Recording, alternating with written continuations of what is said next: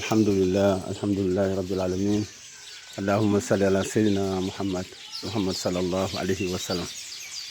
mbokk yi asalaamualeykum wa rahmatullahi.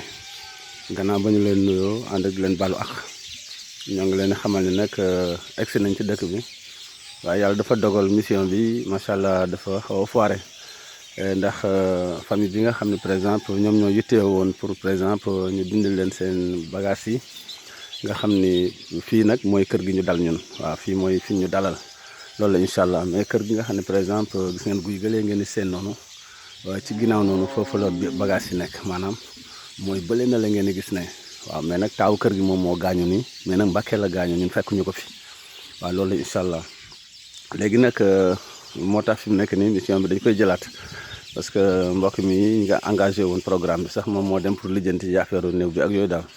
mu ni kon nag xam naa ne dañuy bàyyi ba beneen yoon bu ngeen fi ñëwee incha allah gis ngeen ko dëkk baa ngi nii waaw gis ngeen ko nii fële mooy penc mi dëkk baa ngi ne incha allah yéen a ngi gis loolu la incha allah.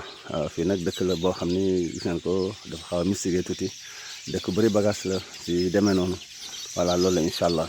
moo tax gis nga fii la ñu egg si lañ fanaan waaye fi mu nekk nii ñoom ñu ngi ci jafe-jafe yooyu incha allah ci détail yooyu. kon xam naa ne mission bi daal comme ni ñu ko bëggee woon demeewul noonu te xam naa ne yoon wi aussi duñu mën a traîner fenn quoi parce que li ko waral mooy ñoo ngi ci jamono nawet te ndox mi ubbi na dama yaa ngi toll ci wàllu liggéey yu demee noonu incha allah. loolu yëpp bokk na ci li ci kii kon daal xam naa ne programme la boo xam ni daañu ko jëlaat gis ngeen guy gëlee ngeen ni seen ca gannaaw noonu foofu la affaire yi nekkoon waaw loolu la incha allah. waaye comme noonu la ko yàlla bëggee incha allah ñu ànd ak moom ci noonu loolu la incha allah. kon ñu ngi leen di ñaanal jàmm daal di leen xam ne ñoo ngi si yoonu delluwaat ñoo ngi dellu si waat incha allah pour bu ndox mi wàññeekoo ñu mën a commencé waat programme bi incha allah loolu la incha allah. kon nag asalaamaaleykum wa rahmatullah.